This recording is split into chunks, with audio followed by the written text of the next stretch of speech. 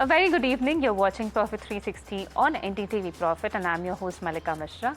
Along the next half an hour, we will be bringing you the latest on markets, national as well as international news. So stay tuned. On to the big story of the day, viewers. The Enforcement Directorate has wrapped up a 3-day search operation targeting Anil Ambani's ADAG company, seizing documents and hard drives in a massive money laundering probe. My colleague Shimi, who is tracking the story closely, joins us now to tell us what she's gathering from her sources. Shimi, over to you. The Enforcement Directorate actually confirmed that this massive search operation, which began on July 24th, is expected to be concluded today. Remember, at least 50 plus entities was covered under the search operation under PMLA, which the ED has initiated on July 24th, and 35 plus location was actually searched, and around 25 entities which were related to Anil Ambani group of companies were also being searched. Now, sources tells us that a very huge documents have been seized so far. Plus, there are certain hard drives which are also being collected from all these premises which are being searched by the Enforcement Directorate. Now, remember, the entire case actually started from, the 3,000 crore of loan diversion to many ADAG's group of companies. And in fact, the nexus between, the Yes Bank and the ADAG group of companies is what ED is looking at and what the case is all about when CBI actually, booked the case in this matter. So a couple of companies which are under the ED radar, which we will see some more action coming in, is the Reliance Infra, where 10,000 crore of money is actually, being invested into some group companies disguised as intercorporate deposits. And in fact, some C company role has also been emerged in during the investigation, which was never disclosed as related parties. So the nexus between, all these companies plus the 81 bonds, around 3,000 crore of 81 bonds investment is also under question. The RHFL, the Reliance Housing one, where the corporate loan has actually jumped double in 2 to 3 years, is also what ED is looking at this point of time. So clearly a complex transaction between the ADAG group of companies and the kind of, the bribe perhaps ED suspect is being given to some of the lenders is what ED looking at. Now, the important point here is also that with all these documents which was seized from the premises, all those hard disks, which is now being under ED possession, is going to, scrutinize all those documents from Monday onwards, is what source is telling us. And then perhaps we will see some more entities being summoned, being called for further questioning basis on those documents which were actually collected from all these premises. Malika? Right. And now we have Ashwin Thul practicing in the Bombay High Court on this very issue, and my colleague Shimi also will be joining us in this conversation. Thank you so much for having this conversation with us, sir.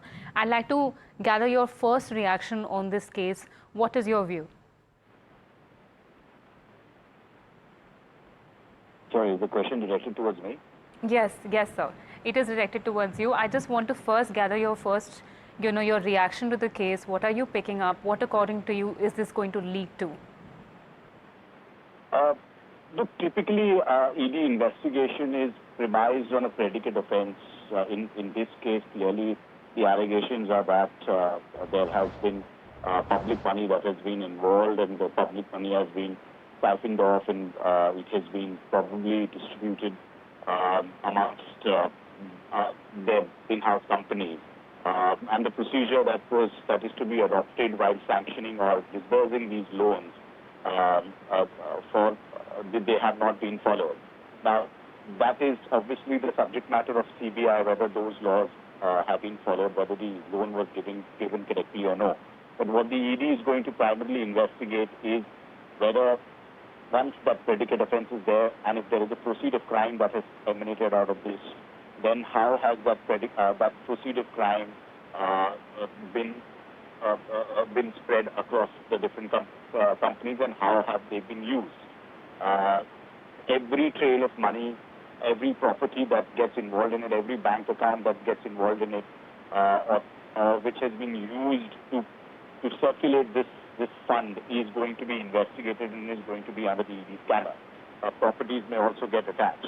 So, and the manner in which the ED proceeds is that they carry out their own seizures, they carry out their own surveys and attachments, and they collect investigations, and then they file a complaint in the court. So this is an investigation at an early stage. So I guess we'll have to see how it pans out.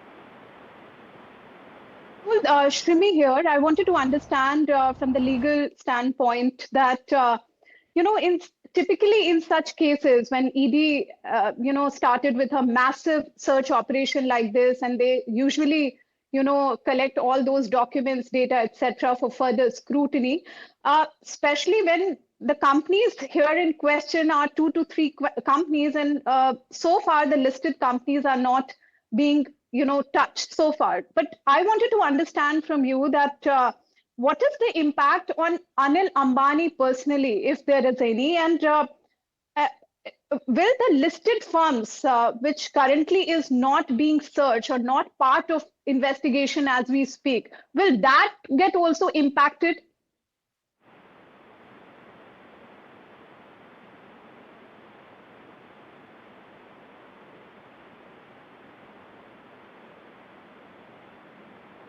Mr. Thul, can you hear me? I can. Sorry, could you just repeat the question? Just wanted to understand that a lot of ADAG's group of companies are under question. However, certain listed companies are still not on radar of ED so far as we speak. But wanted to understand that how this entire investigation will impact Anil Ambani personally, and whether it will also have some bearing on the listed form of ADAG group of companies like Reliance Infra, etc. So typically, a criminal offense, any director can get liable only if he is directly involved. Vicarious liability is usually brought in only if there is an specific import. Now, in these offenses, they are going to see what is the role of each company, each director, each individual. Merely because you are as a part of the company does not necessarily make you criminally liable for all the decisions of the company.